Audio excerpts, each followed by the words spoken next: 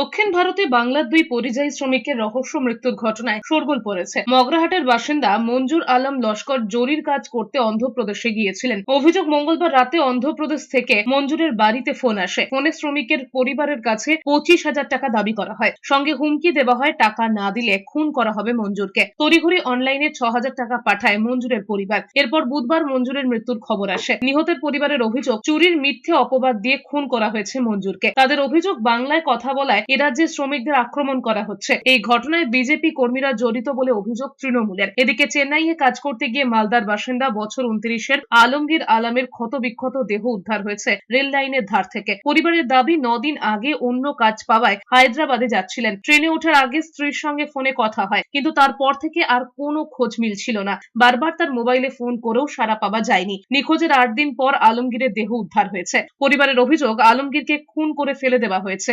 কাজে গিয়েছিল ওখান থেকে পেমেন্ট নিয়ে এনেছে ঠিকাদারের কাছ থেকে, যেমন হায়দ্রাবাদ যাচ্ছিল।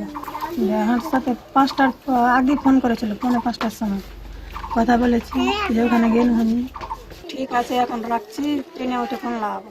3 দিন রিং হলো, তারপরে ring mobile switch off. Chennai থানা সব জায়গাতে গেল, 9 দিন পরে পাওয়া গেছে বলে।